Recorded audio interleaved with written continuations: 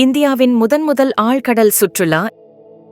இந்தியாவில் paragliding, பஞ்சி jumping, river rafting போன்ற உலகத்தர சுற்றுலா அம்சங்கள் எல்லாமே கிட்டத்தட்ட வந்துவிட்டன. ஆனால் வெளிநாடுகளில் கடலுக்கடியில் சுற்றி பார்க்கும் சுற்றுலா இருப்பது போல் இந்தியாவில் இன்னமும் ஆழ்கடல் சுற்றுலா நடைமுறையில் இல்லை. இப்போது முதன்முறையாக இந்திய சுற்றுலாவில் ஒரு மைல்கல்லை குறிக்கும் வகையில் குஜராத் அரசு மசாகன் டாக் லிமிடெட் (MDL) உடன் இணைந்து நாட்டின் முதல் நீர்மூழ்கி கப்பல் சுற்றுலா திட்டத்தை முன்னெடுத்து வருகிறது.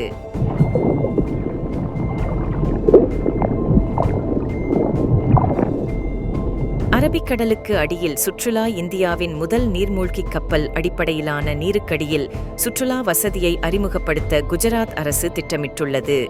இந்த நீர்மூழ்கி கப்பல் சேவையானது அரபிக்கடலுக்கு அடியில் மூழ்கியதாக நம்பப்படும் பழங்கால நகரமான துவாரகாவின் நீருக்கடியிலுள்ள உலகத்தை சுற்றுலா பயணிகளுக்கு கண்டறிய உதவும் வகையில் வடிவமைக்கப்பட்டுள்ளது.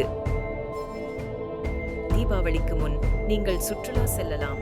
இந்து மதத்தில் புராண முக்கியத்துவம் வாய்ந்த துவாரகா நகரின் கடற்கரையில் உள்ள ஒரு சிறிய தீவான பெட் துவாரகாவை சுற்றியுள்ள கடல்வாழ் உயிரினங்களை ஆராயும் திட்டத்தில் மஸ்கான் டாக் லிமிடெட் (MDL) உடன் கைகோர்த்துள்ளது.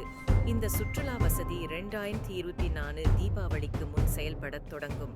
இது தீவை சுற்றியுள்ள கடல்வாழ் உயிரினங்களை அனுபவிக்க சுற்றுலா பயணிகள் நீர்மூழ்கி கப்பலில் கடலுக்கு அடியில் 100 மீட்டர் டைவ் செய்ய உதவும்.